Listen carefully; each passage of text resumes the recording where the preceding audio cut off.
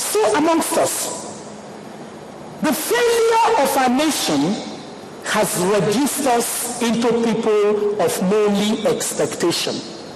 It is now time to turn the table and to raise our expectation.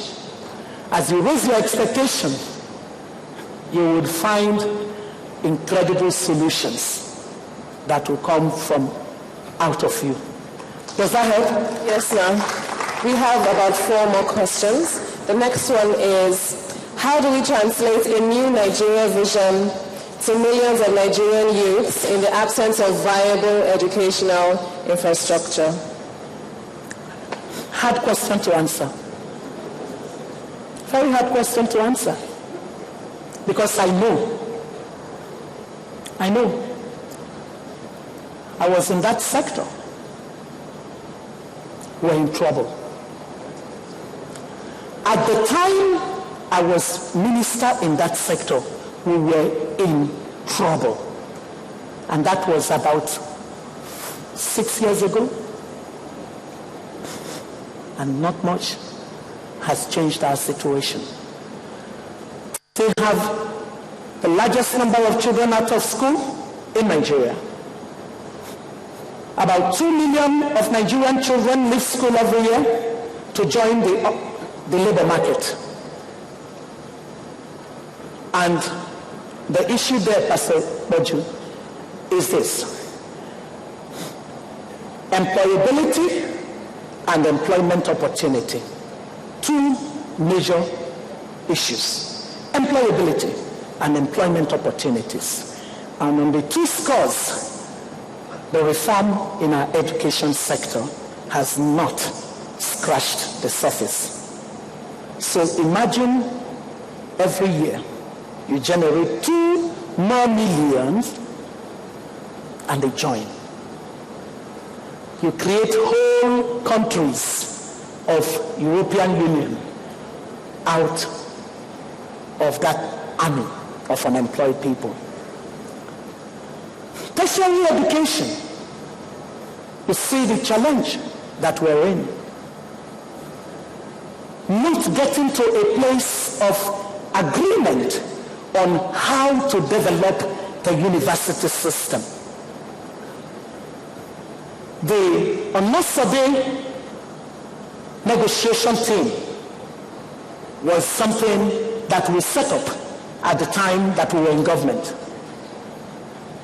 A great man who doesn't know Gamaliel Onosode, Deacon Gamaliel Onosode, did great work to push a common understanding. The conversation on autonomy, making sure that it is linked and connected to accountability and performance. And that when you talk about autonomy and funding public grants to universities, you do it in a kind of way to incentivize competitiveness amongst universities. You don't want to create a race to the bottom of societies. For too long, we have all raced to the bottom. And as I said, we need to switch it. The only vehicle through which it can be done is education. So what can you do? Voice. Voice. How many of you followed the reform in the education sector when I was a minister? How many of you? Look at the big hall. But I can tell you that among some of those who did not put up their hand, there are those that have said, what did they even do in education? How can you know if you did not follow? How can you know if you do not have the facts? That is an important issue. For me, your effectiveness in building this from civilian rule to a democracy is going to be your capacity to perennially inform yourself with policy evidence. Evidence. Don't just talk anecdote. They said, they didn't say. Find the facts behind the saying. If you had looked at the education sector reform, it had to be comprehensive. Because education is an organic activity. You cannot simply take one aspect of education and handle it and assume that it will take care of the rest. No, it will not. The 6 spheres and segments in education: early childhood education, basic education, secondary education, tertiary education, special needs education. How many of you know Steve Hawkins? How many of you know the physicist in Cambridge? Yeah, Stephen. Imagine. Without special needs education, how would the brain, the mighty brain of that fellow be available to his country and the world? We found empirically that in every public school system, between 10, in some cases 20% of the children have special needs issues. And our public education system is blind to them.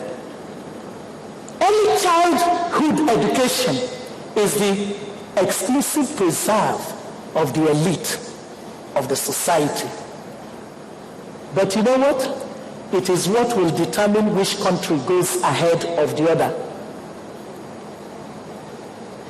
The reason is simple. A child is at their best readiness for learning between the age of 2 and 3. But between the ages of 2 and 3 in our own society, other than maybe some 15% of the elite, the rest of the children are the children of the poor, isn't it? Between the ages of 2 and 3, they are busy swallowing plenty of a bar, which would further fossilize the brain. And the gap that would happen at that time, they would never catch up. So today, a country like Norway makes early childhood education something that every nation must look at. Why? Norway, through early childhood education, basically ensures that every year it comes stops. In almost 2 decades now, Norway comes stops in the global ranking of the world in terms of the quality of the school system. Another thing that that country does is quality of teachers. The top 10% of people in Norway go to teach. Top 10%. They don't go to become bankers. They don't go looking to become Speaker of the House of Assembly in their state in order to get their own piece of the pumpkin. They actually go to teach. It's part of what has brought their success. And guess what, Simon? In the US, the bottom 30% go to teach. So what do you think US? Where do they stand on that ranking? Number 14. It shows up. I'm sure you don't want us to talk about our own. Let's just respect ourselves. So what I am canvassing is that education, the way we envisaged it during the reform, is that it's no longer something that only the government can have solutions for. It must provide the leadership. It must coordinate the process of the many multiple stakeholders that will be part of the process of delivering education at the different levels and the different segments and spheres. But the role of citizens is so key. Every one of you must become important voices for education. For example, one of the reforms in our education sector was called Community Accountability and Transparency Initiative, CATI. It was simple. It was a way of